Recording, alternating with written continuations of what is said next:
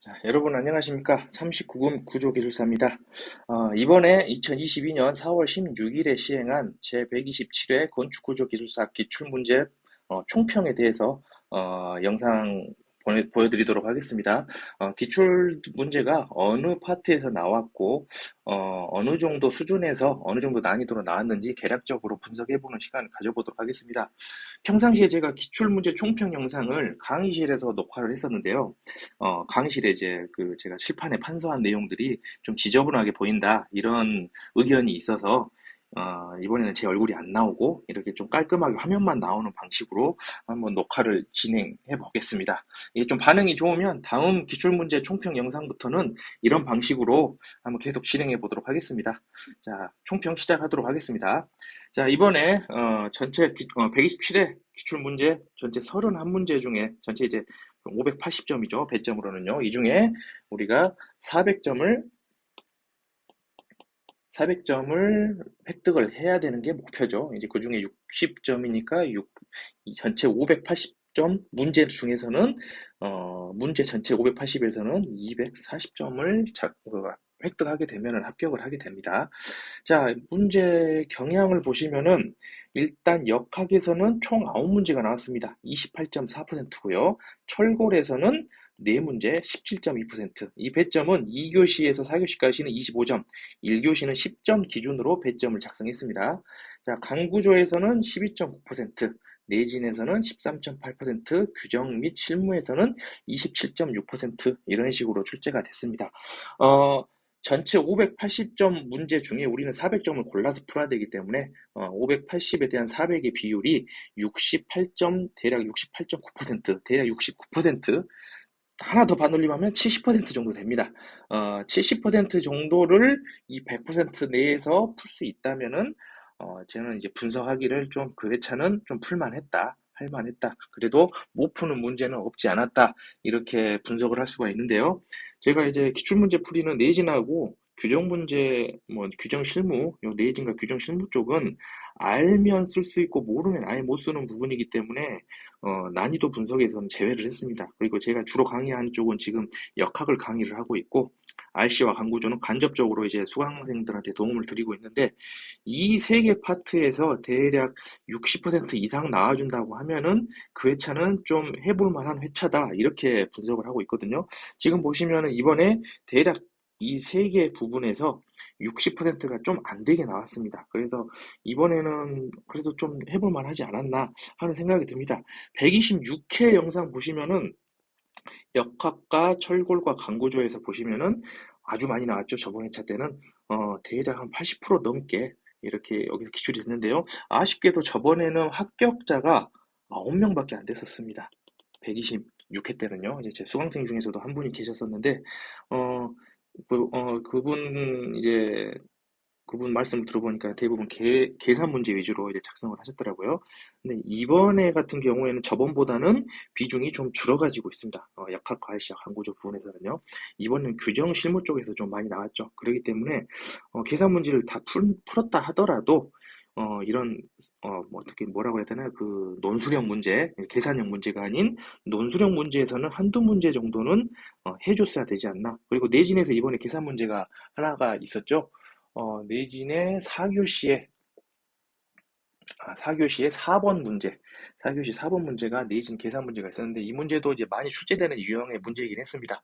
근데 그래서, 좀 연습을 하셨던 분들이라면 그렇게 어렵지 않게 풀이하셨을 거라 생각은 하고 있습니다.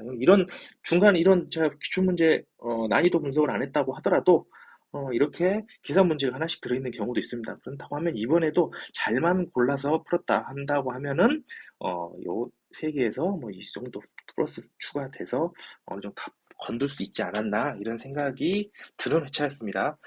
그리고 전반적으로 이제 이번에 시험을 보신 분들 말씀을 들어보면은 좀 예전에 비해서 좀 쉬웠다. 난이도는 저번보다는 좀 높진 않았다. 그래서 왠지 느낌이 좋다. 이번에는 좀 잘 될 것 같다 하시는 분들을 제 주변에서 많이 들었습니다. 그래서 그리고 저도 이제 시험 문제를 보고 나서 느낀 점이, 이번 회차는 저번에 비해서는 좀 더 합격자가 많이 나오지 않을까, 이렇게 조심스럽게 추측을 해봅니다. 아무래도 시험 문제가 조금 어, 평이하거나 좀 쉽게 나온다고 하면은 합격자를 좀 많이 뽑으려는 경향이 좀 있었거든요, 여지껏. 그렇기 때문에 예전에 비해서는 이번에 합격자 수가 좀 더 늘어나지 않을까, 이렇게 조심스럽게 제 사견을 한번 말씀드려 보겠습니다. 죄송합니다. 자, 그럼 이제 하나씩 살펴보도록 하겠습니다. 역학 같은 경우에 1교시에서는 네 문제가 나왔습니다. 1교시 1번 소성 해석에서 세 가지 기본 이론인 상한치 이론, 하한치 이론, 유일성 이론에 대해 설명하시오. 이제 논술형 문제이긴 하지만은 제가 이것도 수업 시간에 항상 소성 파트 들어가기 전에 이 세 가지부터 설명을 해드리고 수업을 시작을 했었습니다. 그래서 이제 이거를 굳이 외우시진 않았더라도 계속 보고 읽고 하셨다고 하면은 최소한 뭐 한 페이지 정도는 무난하게 쓰지 않으셨을까, 이렇게 생각을 해봅니다.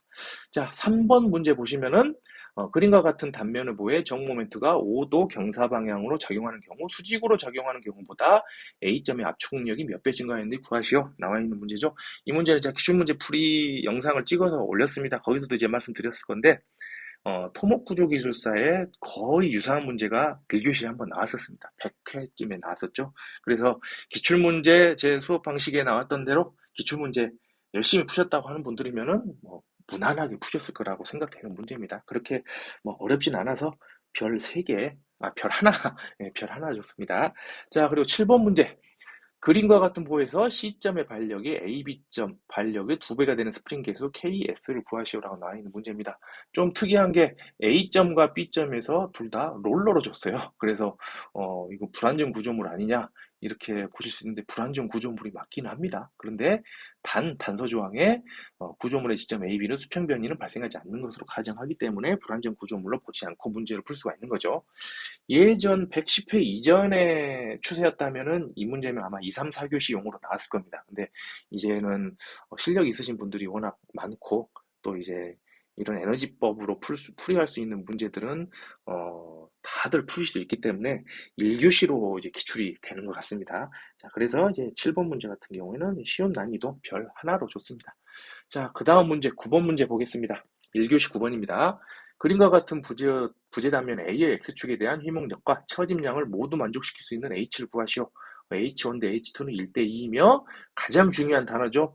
단면 B와 단면 C 사이의 마찰을 무시한다. 그리고 단면 ABC의 탄성계수는 동일한 것으로 가정한다. 이렇게 나왔죠. 마찰을 무시한다는 것이 가장 중요한 단어가 되겠습니다. 그래서 예전에 이거는 토목구조기술사 같은 경우에는 제 기억에 40회, 50회, 60회 그때쯤에 몇 번 출제가, 이런 유형의 문제가 출제가 된 적이 있었습니다. 마찰이 없는 단면들 2개 합성했을 때 뭐 처짐량 구하시오, 응력 구하시오, 아니면 서로 비교하시오, 이렇게 나왔는데 저는 이 문제는 개인적으로 2, 3, 4교시에 나왔어야 되지 않나 하는 생각이 드는 문제였거든요. 그래서 좀 시험장에서 이 문제를 좀 넘기고 풀지 않았으리라 생각되는 분들이 좀 있으셨을 거라 생각이 듭니다. 예, 그렇게 쉬운 문제는 아니었고요. 그리고 이제 1교시다 보니까 이걸 10분 안에 풀어내야 되는데 10분 안에 풀기에는 약간 좀 까다로운 문제가 되지 않았나. 푸는 것 자체는 시간이 오래 걸리지 않습니다. 간단한 이론이기 때문에요. 근데 이제 출제자의 의도가 뭔지 이런 걸 파악하는 게 좀 더 시간이 걸리지 않았겠나. 그래서 좀 어려운 문제지 않았나 하는 생각이 듭니다. 그래서 별 3개를 줬습니다. 자, 그런 다음에 1교시에는 RC와 강구조가 한 문제도 나오지 않았습니다. 좀 섞여 있다고 보면은야 이쪽으로 볼 수 있겠지만 저는 이제 저는 이제 나름대로 예전부터 체계를 이런 식으로 잡았기 때문에 이쪽에서는 좀 나오진 않았고요. 뭐 그러니까는 철근 콘크리트나 강구조 쪽에 대한 뭐 이론적인 내용들이 나오지 않았기 때문에 여기다 포함시키지 않았고, 뭐 규정 실무에서는 잡힐 수 있을 것 같습니다. 그래서 이제 그쪽으로 분류를 더 크게 해놓은 측면이 있습니다. 자, 1교시 2번 보시면은 내진 파트입니다. 이제는 1교시 2번에 지진력 저항 시스템 중 건물 골조 시스템 선정 시 선정 근거와 관련 기준 등 고려해야 할 사항에 대해 설명하고, 내진 설계 범주 D인 경우에 설계 시 추가 고려해야 할 사항, 설계 방법에 대해 설명하시오. 이제 전형적인 뭐 내진에 대한 설계 문제가 되겠죠. 아무래도 좀 문제 푸는 방식에 대해서 좀 연습해 보셨던 분들이라면은 푸실 수 있을 거라고 생각은 듭니다. 네, 이것도 그렇게까지 쉬운 문제는 아니죠. 세세한 거를 외웠어야 되기 때문에요. 자, 다음 문제 5번. 내진 성능 평가에서 구조체 손상 정도에 따른 성능 수준으로서 기능 수행 성능 수준, 즉시 거주 성능 수준, 인명 안정성 인명 안전 성능 수준, 붕괴 방지 성능 수준의 피해 상태를 설명하시오. 이것도 이제 공부하신 분들은 오다 가다 몇 번 보셨을 겁니다. 예, 그래서 딱히 이제 이걸 대놓고 외우시는 분들도 계셨을 거고, 아니면 이제 자연스럽게 체득을 하신 분들도 계셨을 건데, 그렇게 어렵게, 어, 생각되어지진 않은 부분입니다. 많은 분들이 선택하셨을 거라 생각은 듭니다. 자, 1교시 6번 보겠습니다. 1교시 6번 같은 경우에는 내진 설계 기준에 의거해가지고 보정 계수 CM에 대해 설명하고 산정 방법을 기술하시오. 이렇게 나와 있는 문제입니다. 이것도 내진에 대해서 문제를 그동안에 많이 풀어보셨던 분들이라면은 그 푸는 과정을 설명하는 문제였기 때문에 그렇게까지 어렵지 않았다. 이렇게 생각이 듭니다. 많은 분들이 선택하셨을 거라고 생각되는 문제이긴 합니다. 예, 죄송합니다. 자, 그리고 이제 규정 실무 쪽에서는 6문제나 나왔습니다. 그래서 안 풀고는 이쪽을 어차피 이제 1교시에서는 세 문제를 안 풀고 넘어갈 수 있지만은 규정 실무 문제를 아예 안 풀고서는야 넘어가기 힘든 회차였습니다. 자, 4번 보시면은 시설물의 안전 및 유지 관리 실시 세부 지침에서 지침을 외워야 되는 거죠. 이거를 이제 외워서 풀기는 좀 힘들고요. 이것도 안전진단 쪽 유지 관리, 시설물 안전 유지 관리 쪽 업무 분야에 계셨던 분들이라면은 경험상을 녹여서 썼으면은 좋은 답안지가 되지 않았나 이런 생각이 드는 문제입니다. 자, 8번은 건축법 시행령상 특수구조 건축물의 정의를 설명하고 관계 전문 기술자 구조 감리 협력 사항에 대해 설명하시오. 이것도 좀 실무형 문제 이렇게 분류할 수 있겠습니다. 특수구조 건축물의 정의 이게 좀 관건이 되겠죠. 자, 10번으로 넘어가겠습니다. 좀 당황하셨을 거라 생각이 드는 문제입니다. 목구조에서 흰개미 방지 공법 중 구조법 및 토양처리법에 대해 설명하시오. 저는 개인적으로 여기는 문제 속에 답이 있다고 생각을 합니다. 구조법과 토양처리법 이 두 가지에 대해서 어, 말 그대로 그냥 단어 있는 그대로를 잘 풀어서 썼으면 되지 않았을까. 근데 많은 분들이 선택하기에는 좀 부담스럽지 않았나. 워낙 지엽적인 부분이기 때문에 한 번도 뭐 이런 쪽에서는 나와본 적이 없었죠. 그래서 좀 지엽적인 부분이기 때문에 좀 당황스럽지 않았나 하는 생각이 드는 문제였습니다. 자, 11번 풍화중 관련 용어, 가스트 영양계수, 대기 연계증 시장 높이, 기본 풍속 이런 것들은 이제 많이 보셨죠. 근데 얼마만큼 기억을 하고 써내느냐가 관건이었을 거라 생각합니다. 12번은 막구조 설계 시 하중 조합 및 재료 강도 내구성 기준 이것도 기준을 보고 풀어야 되는 문제이기 때문에 좀 봤으면 그냥 쓰는 문제인데 못 봤으면 아예 못 건드는 문제라고 생각이 듭니다. 자, 13번도 건축 구조 기준 총칙에서 시공 상세도 정의와 구조 안전 확인 사항에 대해 설명하시오. 뭐 총칙을 굳이 안 봤더라도 시공 상세도와 구조 안전 확인 사항 이런 건 아주 기본적인 사항이기 때문에 이번 문제는 이제 많은 분들이 좀 선택하지 않았을까 하는 생각이 듭니다. 그래서 1교시 같은 경우에는 그래도 역학 쪽에서는 네 문제, 규정 실무 쪽에서는 좀 이쪽이 많이 나온다고 하면 좀 까다로워질 텐데 그렇게 또 까다로운 문제들로는 구성이 되지 않았다. 이렇게 분석할 수가 있겠습니다. 자, 이제 2교시로 한번 넘어가 보겠습니다. 2교시에는 역학이 세 문제, RC가 한 문제, 강구조가 하나, 규정 실무 하나 이렇게 나왔습니다. 역학이 무려 세 문제나 나왔는데요. 그래서 어, 좀 계산 문제 위주로 시험 준비하신 분들 같은 경우에는 지금 보시면은 3번에 있는 강구조 문제도 계산 문제죠. 그렇기 때문에 계산 문제 위주로 준비하셨던 분들한테는 좀 수월한 교시지 않았나 하는 생각이 듭니다. 하나씩 보겠습니다. 그림과 같은 타이로드가 설치된 구조물, 1번 문제죠. 그림과 같은 타이로드가 설치된 구조물에서 타이로드의 충력과 모든 부재 힘 모멘트를 도시하시오. 나왔습니다.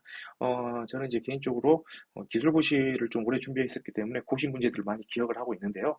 기술고시에 거의 유사한 문제가 이제는 기출됐었습니다. 예, 한 5년 전쯤에요. 그래서 기술고시 기출 문제들을 좀 풀어보신 분들이라면은 뭐한 번쯤 겪어봤을 좀 이런저런 모의고사 문제를 풀어봤던 분들이라면 어렵지 않게 풀어보셨을 거라 생각은 듭니다. 뭐 에너지법 풀이도 괜찮고 뭐 변이일치도 괜찮고 매트리스법도 다 푸는데 지장이 없는 문제입니다. 그래서 별 하나로만 좋고요. 수월한 문제였습니다. 2번 그림과 같은 보에서 극한화 중은 항보 가지고 몇 배가 되는지 구하시오. 나와 있는 문제인데요. 뭐 양당 고정 보호가 이렇게 나와 있는데 단면이 T형보입니다. 단면이 T형보에다가 극한하중과 항복하중까지 다 구하라고 했기 때문에 이제 좀 수업 시간에 이 정도 수준의 문제는 수업 들으셨던 분들이라면은 충분히 다 대응하셨을 거라 생각은 드는데 이제 시험 끝난 후에 이런 다른 여러분들 말씀 들어보니까는 이 문제가 좀 많이 까다로우셨다 하더라고요. 그러니까는 구할 게 많았으니까요. 구할 게 많아서 구해야 되는 것들이 많아서 시간이 오래 걸려서 좀 까다로웠다. 이런 이야기를 많이 했었습니다. 그래서 이번에 나온 역학 문제 중에서는 좀 그래도 가장 까다로운 문제지 않았나 이렇게 시간이 많이 걸리기 때문에요. 그래서 별 3개를 줬고요. 다음 역학 문제는 5번입니다. 그림과 같은 T형 단면에서 Y축에 대한 힘 모멘트를 고려할 때 단면 계수, 소선 계수, 형상 계수를 결정하시오. 나온 문제고 T형보가 주어졌습니다. 이거와 거의 유사한 문제가 건축구조기술사의 121인가 120회쯤에 기출이 됐었죠. 출제가 됐었습니다. 그때 문제 풀어보셨던 분들이라면은 어 그때 이제 풀어보고 연습하셨던 분들이라면 쉽게 푸셨을 거라 생각하죠. 함정이 있는 문제입니다. T형보 같은 경우에 이렇게 상하 비대칭 단면이 됐을 경우에는 함정이 있다. 이렇게 생각하시고 대응을 하셨어야 됩니다. 그래서 그렇게까지 쉽진 않았고 그냥 뭐 I형 단면이었다면 그냥 훨씬 수월하게 될 건데 대칭 단면이었다면요. 위아래로 비대칭인 T형 단면이었기 때문에 좀 약간 까다로워서 별 2개 이렇게 난이도를 먹여봤습니다. 자, 그 다음에는 RC는 6번 철근 콘크리트 구조물의 내화성. 이거 뭐 이런 쪽으로는 이 분야 쪽으로는 철콘 뭐 책의 앞부분에 나와 있는 내용이죠. 많이들 대응하셨을 거라 생각하는데 제 생각에는 6번 문제보다는 강구조 3번 문제를 푸신 분들이 더 많지 않을까 하는 생각이 듭니다. 아무래도 3번 문제가 계산 문제고 패널존 같은 경우에는 많이들 연습을 해보셨을 테니까요. 그래서 아마 3, 5번 이렇게 네 문제를 선택하신 분들이 많지 않았을까 하는 생각이 듭니다. 예, 3번 강구조 같은 경우에는 뭐 계산하라는 것이 뭐 2개나 있지만은 계산하기 좀 많고 공식이 외워야 되긴 하지만은 그래도 꾸준히 연습하고 암기하신 분들이면은 쉽게 푸시지 않았을까. 그래서 너무 어려운 것도 너무 쉬운 것도 아닌 별 2개로 줬습니다. 그리고 이제 규정 실무에 2교시에 나온 문제 중 규정 실무에 나온 문제가 활화중 저감과 유사 활화중에 대해 설명하시오. 제 주변 분들 여쭤보면은 이 문제를 푸신 분들도 제법 있었습니다. 예, 활화중 저감 같은 경우에는 많이 겪어봤고 유사 활화중도 많이 겪어봐서 좀 계산 문제에 자신이 없어졌던 분들 중에서는 4번 문제를 골랐던 분들도 많이 있으셨습니다. 그래서 2교시 같은 문제는 이번에 역학 위주로 계산 문제 위주로 공부하셨던 분들한테는 굉장히 설레이는 교시가 되지 않았을까 하는 생각이 듭니다. 예, 아무래도 시험 보시다 중간에 가신 분들도 있고 그러실 텐데 2교시 끝나고 집에 가신 분들은 좀 다른 회차보다는 적지 않았을까 하는 기대를 살짝 해봅니다. 자, 그리고는 이제 3교시 문제로 넘어가 보겠습니다. 근데 이제 3교시로 넘어가서 이제 2교시 때는 시험을, 대응을 잘 했을 텐데, 3교시 때, 이거 문제가 좀 그렇네 하는 느낌을 좀 받으셨을 것 같다는 생각은 좀 듭니다. 자, 한번 보겠습니다. 먼저 역학 문제는 3교시 4번 문제가 나왔습니다. 자, 그림과 같은 부호에서 MA는 2.5 MB일 때 스프링의 탄성 계수를 구하시오. 나와 있는 문제죠. 똑같은 문제가 예전에 건축구조기술사에 기출이 됐었죠. 밑에 이제 수치만 조금 달라졌고요.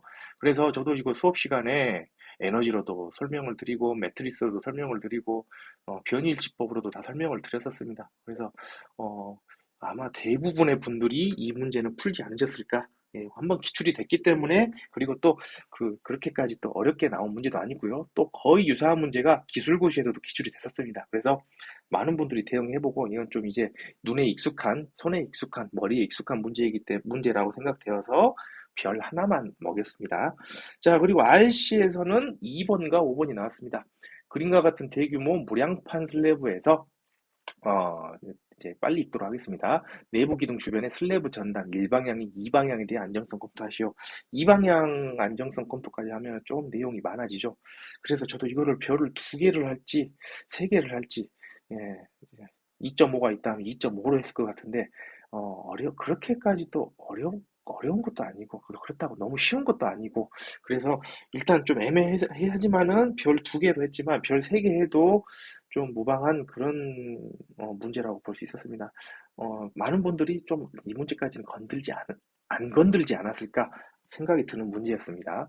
자, 그리고 5번 가면은 뭐 5개 직사각형 큰 콘크리트 단철근 보에 대해서 파이 mn 값을 비교하고 1번보 기준으로 했을 때 4개 설계인자가 파이 mn에 영향을 미치는 정도를 논의하고 뭐 유의할 점이 있으면 언급하시오 이렇게 나와 있는데 계산을 좀 빨리 해야 되는 문제죠. 5개를 다 해석을 해야 되기 때문에 이제 좀 계산기를 운용하는 이런 방식에 대해서 익숙하셨고 계산기 타자수가 빠른 분이었다라면은 그렇게 이거를 계산하는 것 자체는 어려우시진 않았을 거예요.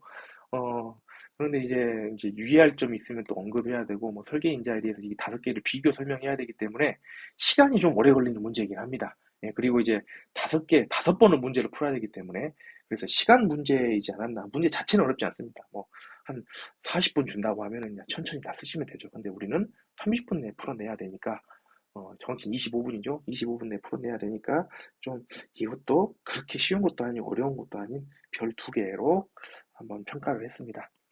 자, 강구조 문제로 넘어가시면은 6번에 이제 기둥 문제가 나와 있죠. 강제 단면을 판요소의 폭 두께비에 따라 구분하여 설명하시오. 자, 그림과 같이 1단 고정 타단핀이고 절점 이동이 없는 중심 압축제의 설계 압축 강도를 선정하시오. 특징적인 게 밑에 공식이 다 주어져 있죠. 그래서 이제 뭐 설계 압축 강도 구하는 공식 충분히 알고 계셨던 분들이면은 충분히 풀지 않았을까? 많은 분들이 이 문제는 많이 푸셨습니다. 말 들어보면은요. 후기 들어보면은 많이들 문제를 풀이하셨어서 그렇게 어려운 문제는 아니었다.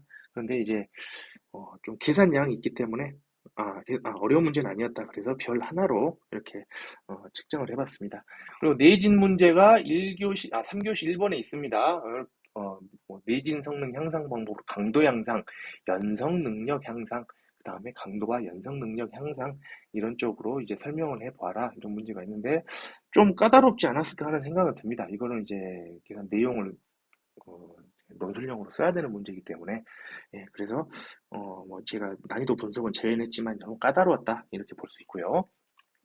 3번 문제에서 초고층 이제 규정 실무 문제죠.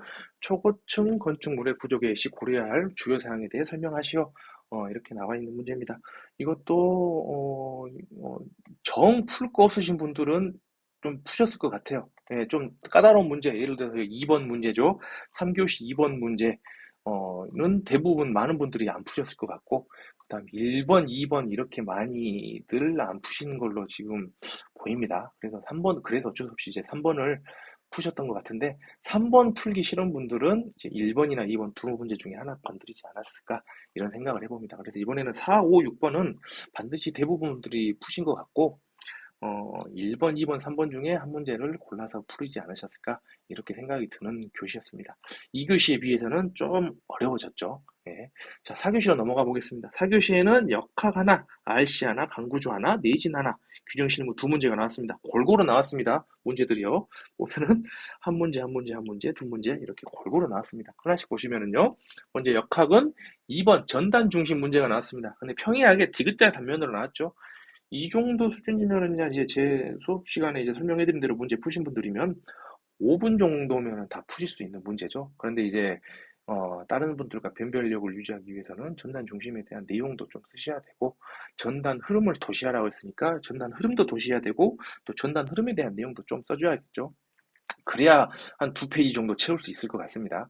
또 좀 내용을 좀 더 꼼꼼하게 쓰신다고 하면 3페이지 정도도 되지 않았을까 하는 그런 문제입니다. 그럼 전단 중심 예전보다 좀 업그레이드된 형태로 나오지 않을까 이렇게 기대를 했는데 평이하게 디귿자형으로만 나와서 좀 쉬웠다. 그래서 별 하나로만 책정을 했습니다. 자, 두 번째 RC 문제, 이 4교시 3번 문제입니다. 그림과 같은 철분 콘크리트 볼을 대상으로 아래 조건에 따라 유효단면 2차 모멘트를 구하시오. 뭔가 유효단면 2차 모멘트만 구하라고 했기 때문에 뭔가 문제를 풀다만 느낌이 드는 그런 문제인데 단면이 T형보입니다. 그래서 이거는 좀 그래도 수험생들을 배려하지 않았나. 예, 문제 출제하신 분이요.